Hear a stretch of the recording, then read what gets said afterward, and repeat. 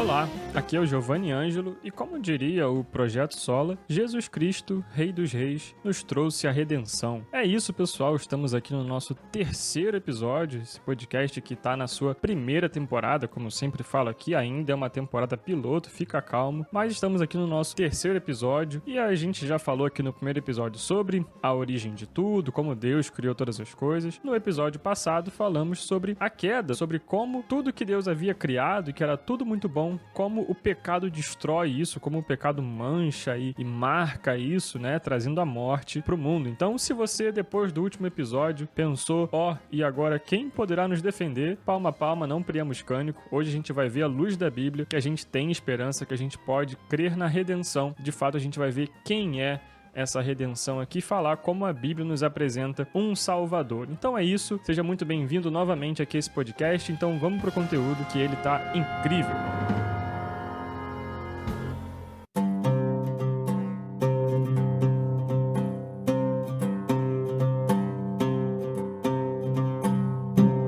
No nosso último episódio, a gente comentou aqui sobre a queda, que é o relato, né, da entrada do pecado no mundo. Com a rebelião de Adão e Eva, o pecado entra no mundo e com ele a morte. Se você, inclusive, não ouviu esse nosso último episódio, eu te encorajo a você voltar aí e ouvir não só o segundo, mas o primeiro também. Esse podcast, pelo menos essa primeira temporada desse podcast, ela é pensada de forma sistemática. Então, sempre um episódio seguinte vai estender o conteúdo do episódio anterior. Então, no primeiro episódio a gente falou sobre criação, no segundo episódio a gente falou sobre a queda, e hoje a gente vai falar sobre a redenção. Então, se você não ouviu os outros dois episódios, eu te encorajo para você voltar lá e ouvir. Então, você que ouviu o segundo episódio, você pode estar pensando, como que Deus, na sua santidade, permite que o pecado continue no mundo?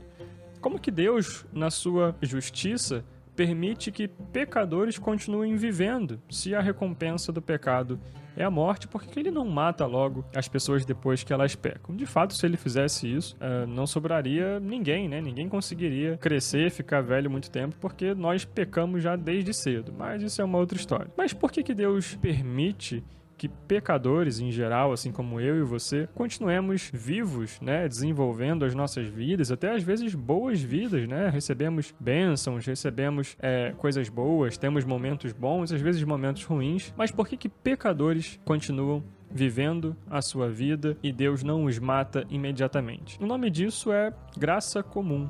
E ele é o primeiro ponto para a gente entender a história da redenção como um todo, ou pelo menos a redenção como um todo. Graça comum é a graça de Deus pela qual ele dá às pessoas inumeráveis bênçãos que não fazem parte da salvação. Pelo menos é assim que define Wayne Grudem na sua teologia sistemática. A graça comum, ela não conduz à salvação, mas ela permite que pecadores desfrutem dessas incontáveis bênçãos, né? Dessas diversas oportunidades da vida, dos benefícios da vida, dos prazeres da vida, não por merecimento, mas por graça e misericórdia e para manutenção da vida em sociedade. Então, as próprias coisas boas da sociedade, que não são necessariamente cristãs, elas são graça comum. É Deus mantendo a sociedade estável para que o seu propósito, para que a sua história da redenção pudesse ser desenvolvida nesse meio. E a graça comum, ela se desdobra, né? Ela se apresenta de diversas formas.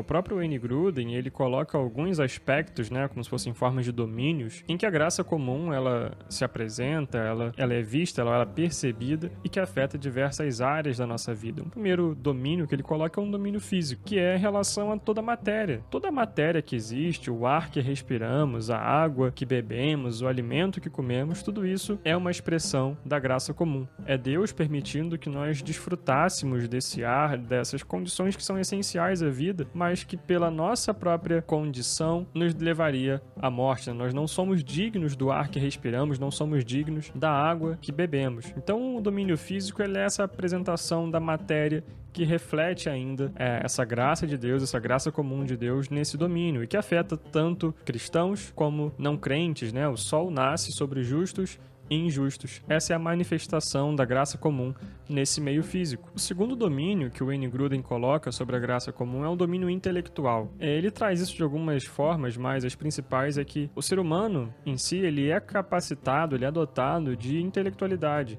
de racionalidade. Isso é o que nos difere, por exemplo, dos animais, né?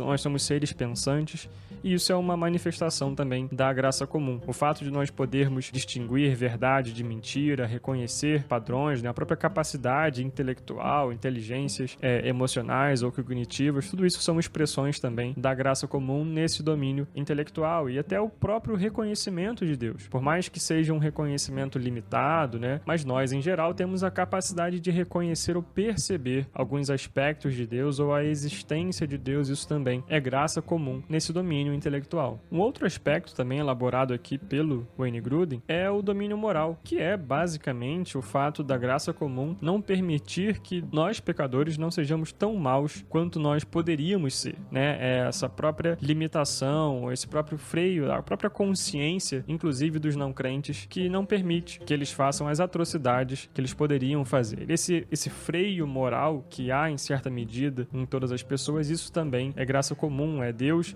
mantendo de alguma forma ali o pecado um pouco mais contido para que a sociedade se estabeleça, para que a sociedade possa coexistir. Você imagina se todas as pessoas pudessem fazer tudo aquilo que o pecado dá vontade de fazer, aquilo que o pecado nos tenta a fazer, seria um caos. A gente tem aqueles retratos, né, daqueles filmes em que uma noite sem crime, em que não tem punição e aí todo mundo faz barbaridades, né? O mundo sem a graça comum seria parecido com isso. Então, o domínio moral, a graça comum expressa nesse domínio moral, são esses freios, né? A forma como Deus contém, de certa forma ali, a vontade má do coração do homem, refreia isso para que a sociedade possa coexistir. A gente percebe isso no fato das leis que a gente tem, né, nos códigos legais que são feitos para proteger a vida, para proteger os direitos dos seres humanos. Tudo isso são reflexos, são demonstrações também da graça comum nesse aspecto, nessa via moral, que é um domínio também que é tratado aqui na teologia sistemática dele. Uma outra expressão da graça comum também é o domínio criativo. Deus permite medidas significativas de talento, seja em áreas artísticas,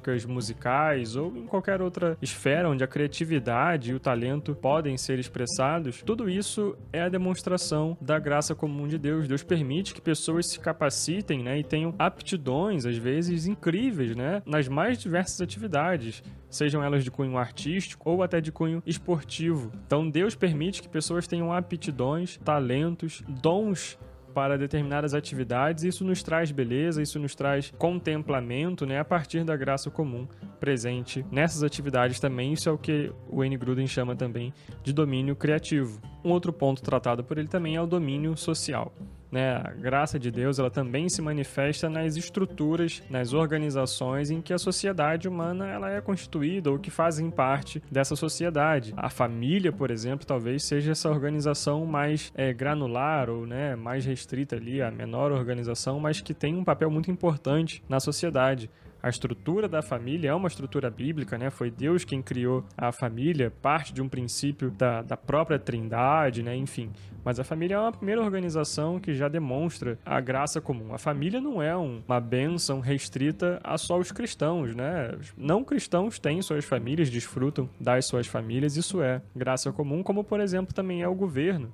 As estruturas de governo, as estruturas de Estado também são representações da graça comum, porque são elas que legislam, são elas que garantem a segurança da população, da sociedade. Então, todas essas estruturas e organizações, sejam elas públicas, serviços públicos, sejam elas privadas no sentido de serviços de caridade ou algumas outras organizações ali, tudo isso também, coisas que não são restritas ao ambiente cristão ou ao ambiente eclesiástico ou religioso, tudo isso também são expressões da graça comum nesse aspecto social, como o Wayne Grudem coloca também. E o último ponto tratado aqui pelo autor é a graça comum expressa no domínio religioso, que é a maneira como Deus permite, né, que pessoas sejam abençoadas pela religião em geral. Tanto os não crentes sendo abençoados pelos cristãos, ou eles mesmos sendo abençoados por Deus através de algum ato religioso, apesar de serem não crentes. Deus não tem obrigação, por exemplo, de responder uma oração de um não crente, de um não cristão, mas ele pode fazer se assim ele o quiser, né? Então, você vê alguém que não é cristão, está num momento de desespero e clama clama a Deus por alguma saída, alguma ajuda, alguma coisa, Deus pode atender aquela oração ali, mesmo que não seja uma promessa bíblica, mesmo que não seja algo ali prometido por ele, mas ele pode fazer isso de acordo com o seu propósito. Às vezes essa pessoa ela não é um eleito, às vezes essa pessoa ela não realmente não vai se converter depois disso, mas Deus permite ainda assim que essas coisas aconteçam. Então a gente vê esse domínio religioso, né, ou até efeitos gerais por outras religiões ou por algum nível de devoção já presente na natureza do ser humano. Isso também é uma manifestação, uma apresentação dessa graça comum. É mais uma forma como nós, pecadores, a sociedade, né, o ser humano pecador, consegue viver em sociedade, consegue construir coisas, ter riquezas, sejam elas materiais ou emocionais, enfim. Tudo isso é bênção de Deus para todos os seres humanos e essa é a graça comum, né? Essas são as manifestações da graça comum, que é o primeiro ponto da redenção. A redenção em Cristo, ela avança a partir daí, mas esse ponto de Deus permitir que pecadores continuem vivos por algum tempo, desfrutando ainda da vida da sociedade, das coisas boas e até das más, isso é a graça comum de Deus agindo em todo mundo. E aí, agora, talvez a pergunta... Eu sei que você já entendeu, então, por que pecadores continuam vivos, mas a pergunta sua pode estar sendo outra. Se a graça comum ela não é suficiente para salvar o homem do pecado ou da condenação, como que os homens são salvos, né? Como que os cristãos são salvos? E a primeira coisa que a gente precisa entender é que é Deus quem provê um Salvador. Esse Salvador não somos nós não temos participação nesse processo de salvação, é Deus quem provê isso. Em Gênesis 3:15, a gente vê como que Deus, logo após constatar a queda, já promete a redenção para o seu povo, através de um termo, né, conhecido como proto-evangelho, né, como se fosse uma espécie de evangelho resumido ou em desenvolvimento, onde Deus diz, quando ele fala com Eva sobre as consequências do pecado dela, e diz lá no texto: porém inimizade entre você e a mulher, entre a sua descendência e o descendente dela. Este ferirá a sua cabeça e você lhe ferirá o calcanhar. Esse descendente aqui não era o próprio Abel, não era Sete, não era Noé, não era Abraão, Isaac ou Jacó. Muitos pensaram até que fosse Davi, mas esse descendente aqui já era o próprio Cristo, né? Esse descendente, algumas traduções trazem a semente, né? De uma forma parece que é a descendência em geral, mas essa palavra lá no original também pode ser interpretada no singular, né? Como se fosse a única semente ou o descendente da mulher aí que feriria, que pisaria na cabeça da serpente e ela lhe feriria o calcanhar. Aqui a gente já vê Deus apresentando o nosso Salvador, já provendo o nosso Salvador aqui, já provendo o próprio Cristo, Jesus, que viria muito tempo depois, mas já é prometido aqui. Ou seja, Cristo é o personagem principal dessa história da redenção, que é contada em toda a Bíblia, inclusive no Antigo Testamento. Jesus mesmo testifica disso lá em Lucas 24, do versículo 44 ao 47, após o encontro que ele tem com os discípulos no caminho de Emaús, após já ter ressuscitado. O texto diz o seguinte: e disse-lhes: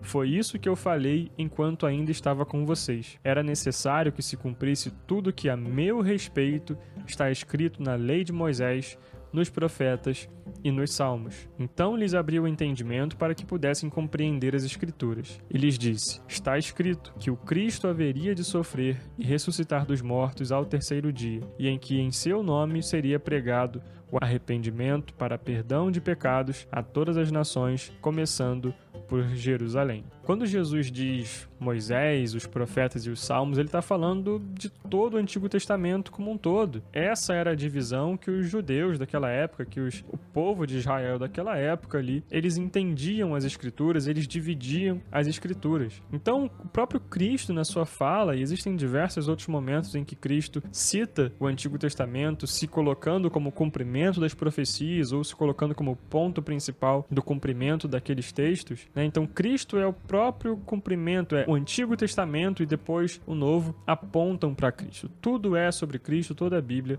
fala de Cristo, porque Ele é o nosso Salvador. A história da redenção não conta nada sobre nós, ela só conta como nós fomos salvos por esse Salvador, por esse Redentor, que é o próprio Cristo. Essa é a primeira coisa que a gente precisa entender quando a gente fala da salvação dos cristãos, desse processo de redenção.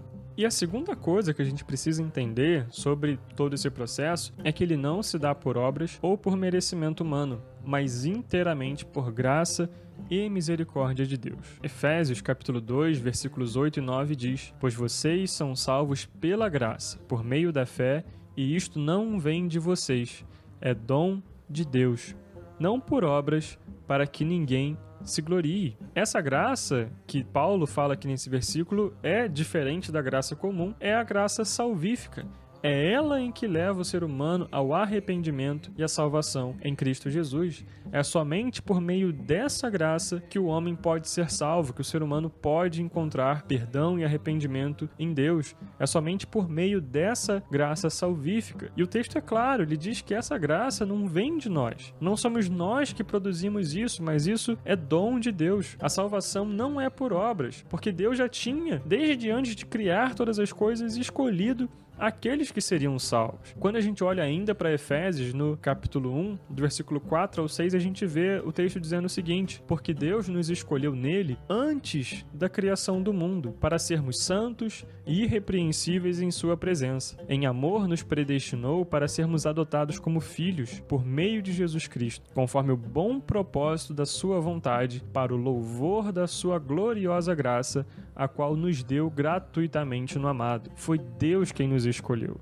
Nós não fizemos nada e nem temos nada que pudesse fazer com que Deus nos salvasse por algum motivo. A salvação é uma obra divina e monergista, ou seja, ela só acontece em uma única via. A salvação não é um processo de via de mão dupla, onde os dois lados, ou seja, Deus e o homem, agem em conjunto para que a salvação ocorra. A salvação ela é única e exclusivamente unilateral. Deus age em nosso favor, nos resgatando do pecado através do sacrifício do seu Filho Jesus, o nosso Redentor, o nosso Salvador. É Deus quem age para nós. E segundo esse texto de Efésios, ele faz isso em amor por meio de Cristo, conforme o propósito da sua vontade, que é o louvor da sua gloriosa graça. Deus faz isso porque Ele decidiu contar a história da redenção, exaltar o seu Filho, construir uma família, um povo para o seu Filho dessa forma. Deus é quem decide salvar os seus eleitos e essa decisão ocorre antes da criação do mundo. Antes que o mundo existisse, Deus já tinha os seus eleitos. Paulo desenvolve esse mesmo argumento em Romanos 9, quando fala da escolha de Jacó e da não escolha de Esaú. O texto diz: "Todavia, antes que os gêmeos nascessem ou fizessem qualquer coisa, boa ou má, a fim de que o propósito de Deus, conforme a eleição, permanecesse, não por obras, mas por aquele que chama, foi dito a ela: o mais velho servirá ao mais moço, como está escrito: amei Jacó, mas rejeitei Esaú." Antes que qualquer um de nós pudesse fazer alguma coisa boa ou fazer alguma coisa má, Deus já tinha nos escolhido para a salvação. Esse é um ponto um tanto polêmico em alguns contextos, porque algumas pessoas acham que Deus está sendo injusto com os não escolhidos, mas Deus não está sendo injusto. Quando os não escolhidos recebem a condenação, Deus está sendo justo porque dá aquilo que eles merecem. Todo homem por si só é digno da condenação ao inferno. Deus manifesta sua justiça ao cobrar o preço do pecado. Paulo mesmo, antecipando essa resposta dos leitores, já contradiz esse ponto a partir do versículo 14, que diz: "E então que diremos? Acaso Deus é injusto? De maneira nenhuma. Pois ele diz a Moisés: terei misericórdia de quem eu quiser ter misericórdia, e terei compaixão de quem eu quiser ter compaixão. Portanto, isso não depende do desejo ou do esforço humano, mas da misericórdia de Deus." Deus escolhe incondicionalmente, por algum critério em que nós não sabemos. Esse critério só existe nele, só é conhecido por ele, mas que com certeza não é pelo que nós somos ou fazemos, mas que tem sim o objetivo de glorificar o seu próprio nome. John Piper, no seu livro 5 Pontos, resume a eleição incondicional da seguinte forma: a eleição de Deus é um ato incondicional da graça livre dada por meio de seu Filho Jesus antes de o mundo existir. Por meio deste ato, Deus escolheu antes da fundação do mundo aqueles que iriam ser libertos da escravidão ao pecado e levados ao arrependimento e à fé salvadora em Jesus. Então, como ocorre a salvação ou a redenção de nós, seres humanos, de nós que éramos pecadores? Primeiro, é Deus quem provê um Salvador. Como a gente viu, logo após a queda, Deus já promete a semente da mulher, o descendente da mulher, para resgatar um povo para si. Segundo, essa eleição, essa salvação não acontece por mérito nosso ou por esforço próprio, mas sim por graça e misericórdia de Deus. É Deus quem nos escolhe por um critério que só existe nele, por um motivo que só existe nele, e nós não temos participação alguma sequer nesse processo. Deus é o responsável do início ao fim pela salvação do ser humano. É Ele quem nos escolhe, é Ele quem nos chama e é Ele quem nos muda para que nós atendamos o seu chamado, né? A sua graça irresistível se manifesta em nós e aí sim nós nos curvamos diante dessa graça, diante da sua santidade. Então é assim que funciona a salvação, a redenção do povo de Deus, a redenção dos filhos de Deus acontece seguindo esses princípios.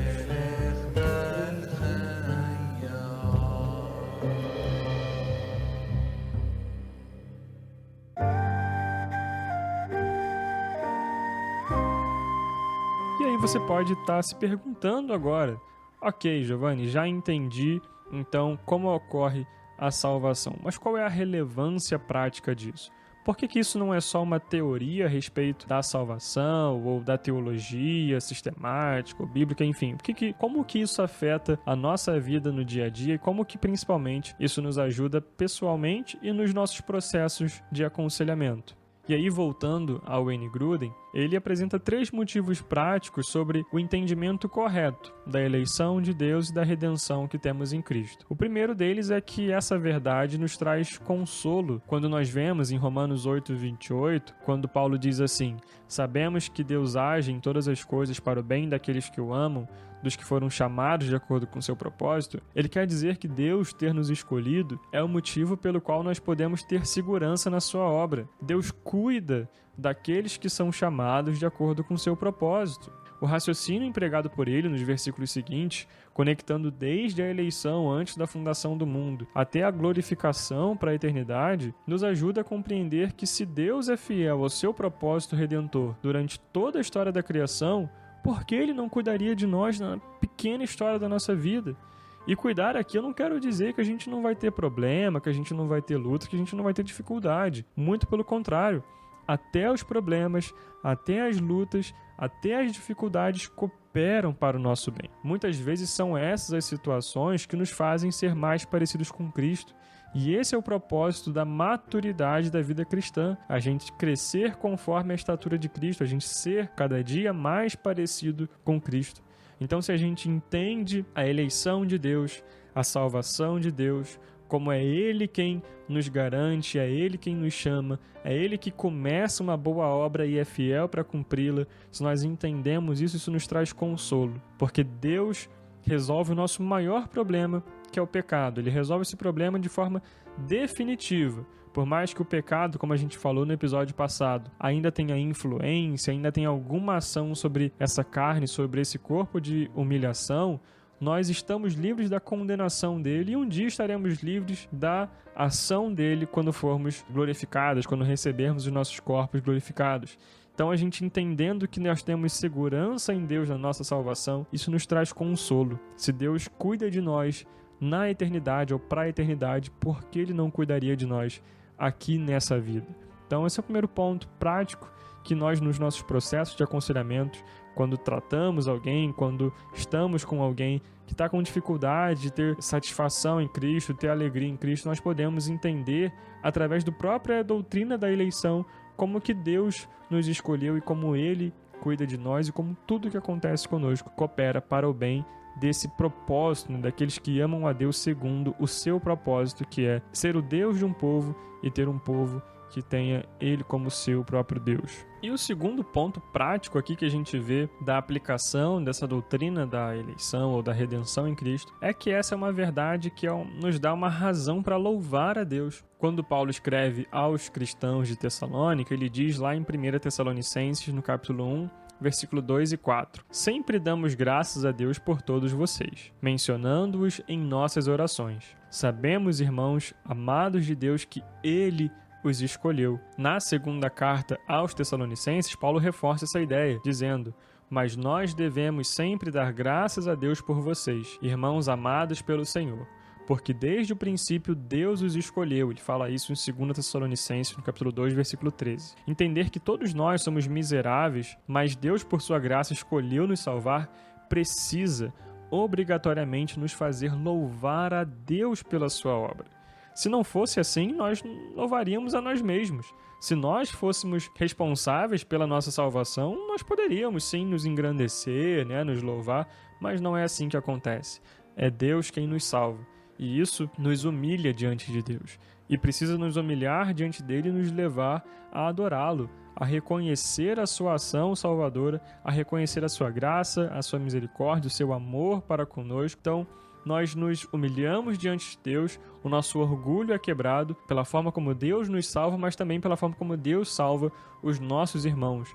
Nós precisamos dar graças a Deus, assim como faz Paulo, pela salvação dos irmãos em Cristo, pela forma como Deus, assim como fez conosco, também os alcançou para a glória do seu próprio nome. Então, assim como Paulo, nós precisamos dar graças a Deus pela salvação dos nossos irmãos e pela nossa própria salvação, como a gente vê, por exemplo, o salmista, no Salmo 71, versículo 23, louvando a Deus pela sua salvação, dizendo: os meus lábios gritarão de alegria quando eu cantar louvores a ti, pois tu me redimiste.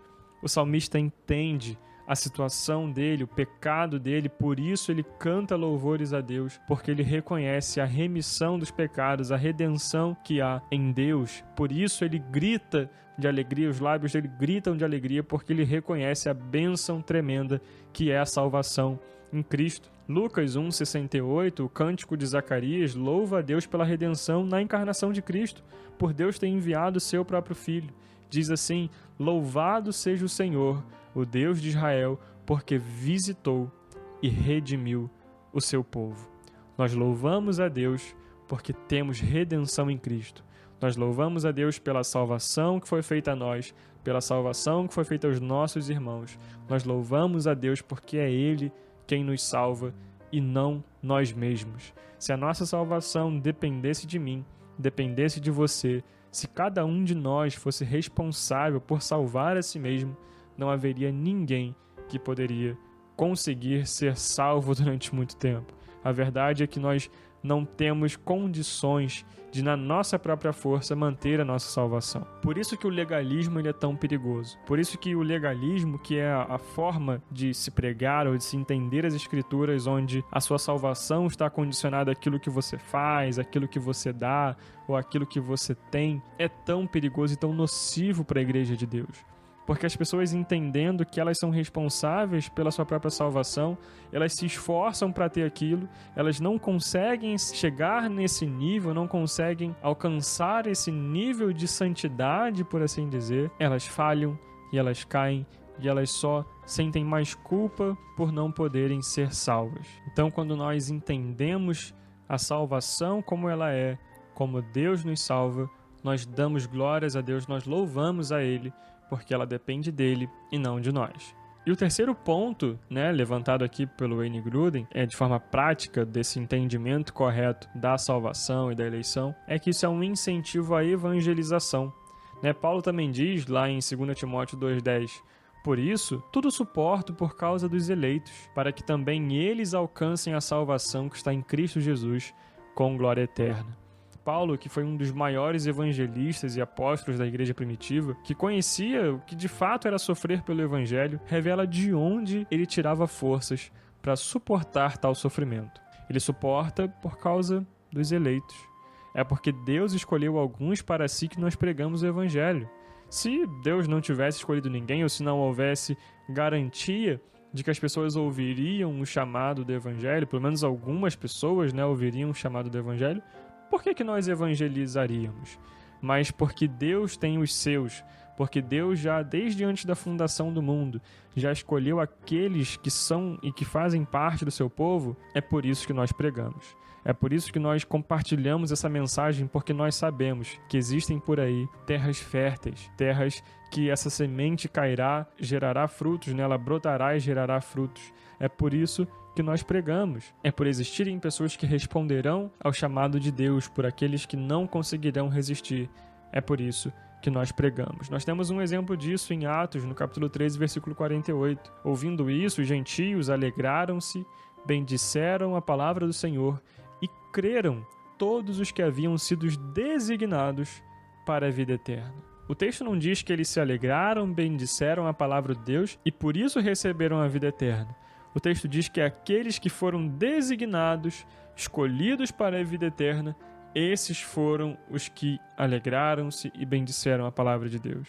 Então é a eleição de Deus que trata da salvação do seu povo. Deus elege os seus e aí aqueles que são os seus eleitos respondem a esse chamado irresistível. Deus tem os seus e é por isso que nós pregamos, porque nós cremos que os eleitos responderão a esse chamado de Deus. Então, de forma prática, nós entendemos que a compreensão correta desse processo de redenção, entendendo qual era a nossa situação diante de Deus com o pecado, como que Deus provê um Salvador para o seu povo, que é o próprio Cristo, como que essa salvação não ocorre por mérito ou participação nossa, mas como isso é um processo inteiramente divino. Entendendo tudo isso, nós temos ferramentas, ou argumentos, ou formas de tratar os nossos aconselhamentos, em que nós podemos aconselhar aquele irmão que está precisando de um consolo, que está precisando ouvir que Cristo cuida dele, assim como cuida da própria salvação dele. Isso nos consola e nos ajuda a consolar os outros. A gente precisa entender que aquele irmão que está fraco, está sem motivo de louvar a Deus, está desanimado, a gente precisa explicar para ele à luz da Bíblia que nós temos motivos para louvar a Deus, porque o nosso motivo não vem das situações, das circunstâncias da vida, mas vem da salvação que temos em Cristo. Sermos salvos por Cristo e termos irmãos que foram salvos também por Cristo, esse é o nosso motivo de louvor a Deus. Nós louvamos a Deus pela obra que Ele fez na cruz do Calvário. E se nós encontramos um irmão que está desanimado, não entende a importância da pregação do Evangelho, ou se recusa a compartilhar essa palavra, nós podemos instruí-lo também à luz da Bíblia, dizendo que nós precisamos evangelizar porque os eleitos de Deus serão alcançados através dessa pregação do Evangelho. É verdade que Deus vai resgatar os seus eleitos de uma forma ou de outra, mas às vezes nós somos a ferramenta que Deus escolheu para alcançar aquela pessoa. Então, às vezes, você vai pregar o Evangelho a sua vida toda e só uma pessoa vai se converter a partir do Evangelho pregado a partir de você. Porém, nós não sabemos quem são essas pessoas, essa pessoa ou essas pessoas. Então, por isso que nós devemos pregar o Evangelho a todos. Então, por isso que é importante a gente entender de forma correta a redenção que há em Cristo e como que Deus nos redime através do seu próprio Filho. E para finalizar esse episódio, eu gostaria de deixar o texto de Efésios, capítulo 1, versículos 13 e 14, que diz: Quando vocês ouviram e creram na palavra da verdade, o evangelho que os salvou, vocês foram selados em Cristo com o Espírito Santo da promessa, que é a garantia da nossa herança até a redenção daqueles que pertencem a Deus para o louvor da sua glória. Como falamos, é através da pregação do Evangelho que temos redenção e salvação em Cristo Jesus. Essa é a garantia que temos de sermos co-herdeiros com Cristo, da esperança da vida eterna. Que o Espírito Santo aplique essa verdade aos nossos corações para o louvor da sua própria glória e que Ele nos envie a pregar esse Evangelho, a sermos consolados por essa verdade e a louvarmos o seu nome pela bênção que temos de sermos chamados filhos de Deus, sermos um povo escolhido do Senhor.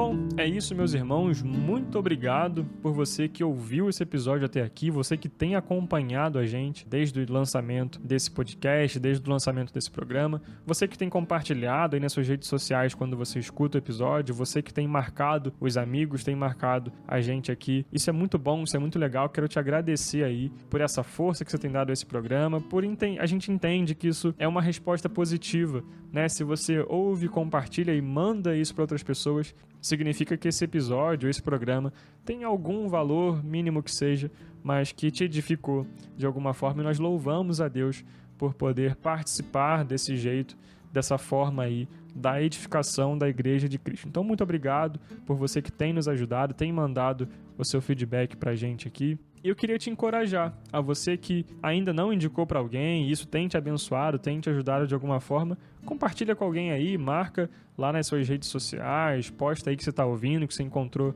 um podcast bacana aí, gostoso de ouvir. Então compartilha aí que isso é legal pra gente. E você que tá chegando aqui de paraquedas, ainda não sabe quem é a gente, qual é a ideia desse podcast, volta lá no primeiro episódio. Lá a gente fala como surgiu esse programa, como que surgiu essa ideia desse podcast. Volta lá, vai maratonando aí. Você tá no terceiro episódio ouvindo aqui agora, a gente tem mais alguns aí ainda para essa primeira temporada, mas volta lá, ouve lá que eu tenho certeza que vai ser bênção para a sua vida. E se você ainda não segue a gente nas redes sociais, segue lá no Instagram, @Tomando Juízo Podcast, no YouTube também, se inscreve lá no nosso canal, a gente está postando os conteúdos por lá também.